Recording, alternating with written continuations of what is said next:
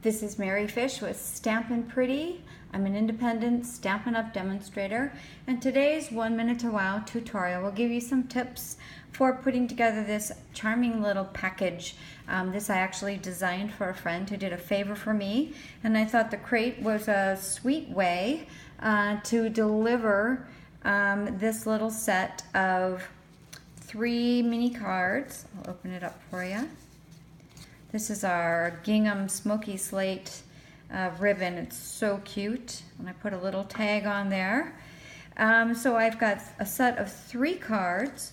I'll share with you how I stamped that super sweet, I guess it's a black-eyed Susan or a daisy, but of course I've used an alternate color for fun. And then Stampin' Up! Sells these 3x3 Whisper White envelopes that make it complete. They're a little bit larger than a 3x3, so they fit perfectly with these stamps. And I want to start out with just showing how you can maximize your cardstock. I have a Stampin' trimmer, which is really one of my greatest essentials. And you can just take a thick Whisper White piece of cardstock. It's a little sturdier, and it will do everything you need to do on this. And I'm going to cut at 3 inches, and I'm going to do that 3 times all the way across. And then I'm going to flip it and cut it at 6 inches. And then I'm going to score it at 3 inches. So I have my perfect little square. And that's really how I started out with this card. Now you've got this little extra piece that works great for the flower, and that can be cropped to 2.5. This tool scores and this one cuts, so it's really nice to have. So I'm just going to go 2.5 by 2.5. I think that one's already perfect. Yes. So ultimately I'm going to use a piece of the same Designer Series paper that I used for the wood crate. It's called Wood Textures from Stampin' Up! And I'm going to layer that here, and then I'm going to stamp on this, and I'm going to actually stamp with you today and show you how the Painted Harvest stamp set works.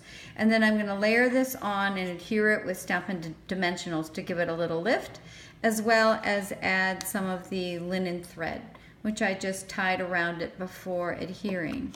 So let's move on. So you can see how I had very minimal waste in using that 8.5 by 11 piece of cardstock to make those cards. I'm going to move on to the Painted Harvest stamp set. Love this one. It's going to be available in the Stampin' Up! 2016 holiday catalog. Some of the prettiest images I have seen for fall, and it is a 2-step type stamp set, meaning you layer to kind of get the full effect. So these 2 will be layered, the leaves will be layered. There's actually a leaf punch that I didn't use that's amazing, and you can purchase the leaf punch and the stamp set as a bundle and save 10%. I think that's a really cool aspect. And then of course we've got some beautiful sentiments as well. So when I have a photopolymer stamp set, meaning these are clear mount photopolymer, I should say clear photopolymer, not clear mount. I like to use a piercing mat or something with just a little give, because I'm going to be using solid stamps that tend to need just that little bit of give in the photopolymer style. And then I have put together, I've got some Melon Mambo ink.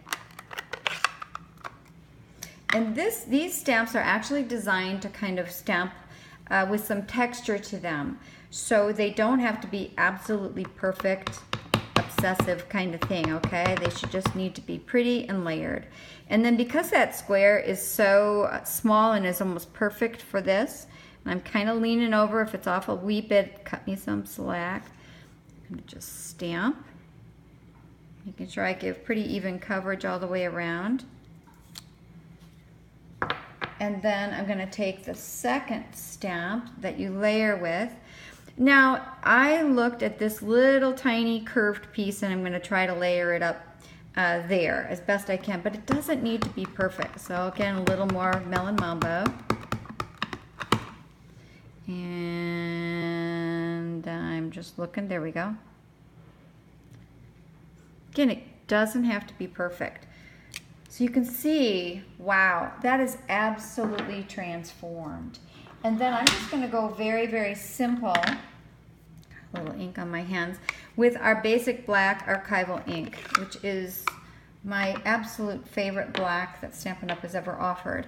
And then this is the center, okay? This is the flower center. And it doesn't have to be perfect. Again, it's got built-in shading, so to speak. I'm just going to layer it right here.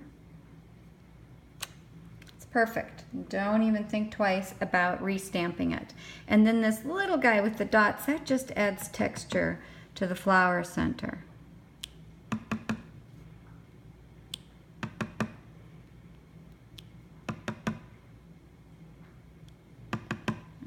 More up here just for coverage. So you get that pretty texture that looks so lovely when it's completed. So you can see how that one is going to go together. And then I also wanted to share some tips on this adorable little crate.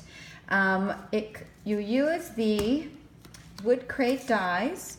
I mount them on these nice sturdy magnetic cards. These are 6x7s. These are from Stampin' Storage. You can go to my blog and there's a link on where to purchase products from Stampin' Storage. But I put the label on them and I put the number of dies so that, especially for the sets that have a lot of dies, I have an easy way to make sure I've got everything on here before I put them away. But one little tip I wanted to share with you, actually, wanted to show you that this is what I used for the little tag before I put that away. And then I used one sheet of the wood textures paper and I cropped it this way, okay? Well, you're gonna see, oh gosh, I'm gonna need a whole nother piece of paper, and actually you really don't. You can actually crop this, just move it to the corner and just crop it, and you'll have just that little section missing, okay? So you can see what that looks like in this one, okay? It shows up just a little bit better. Not the end of the world, but allows you to do what you need to do on that. So it makes it so the bottom has a partial layer, which no one is really going to see, and you can get it all done with one piece of designer series paper. Okay, so I'm hoping that that is helpful for you. So I want to just bring these guys back.